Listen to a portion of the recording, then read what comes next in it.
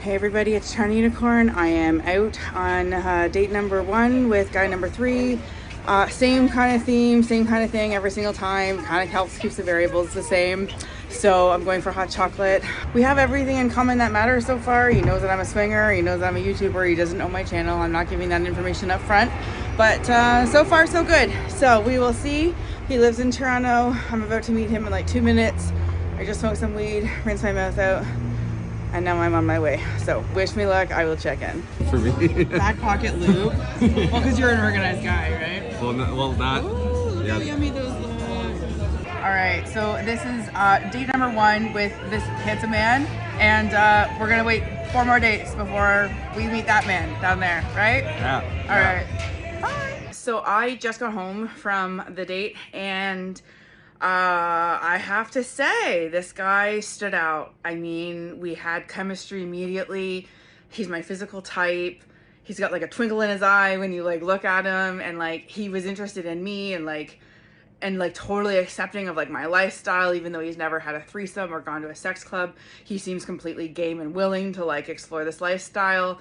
Honestly, it couldn't have gone better. I mean, at one point I almost ended the date because I normally end dates kind of fast on the first one. Usually I'll have like a hot chocolate and part ways. And then he was like, well, why don't we just go grab some food and whatnot. And I thought, you know what, like live a little. This guy wants to take you out. Like, of course, I'll go out. So we went to one of my favorite restaurants, and we had some sliders and honestly, and some non-alcoholic drinks. And we had just like amazing time, like good laughs, like flirting, hilarious conversations.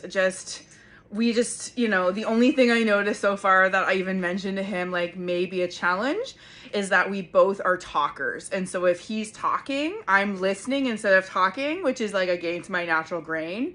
And then when I'm talking, I'm sure that he's probably in a similar position where he's like forced to listen, and like he's like, we're both talkers. So anyways, he also lives like less than a 10-minute walk from my house.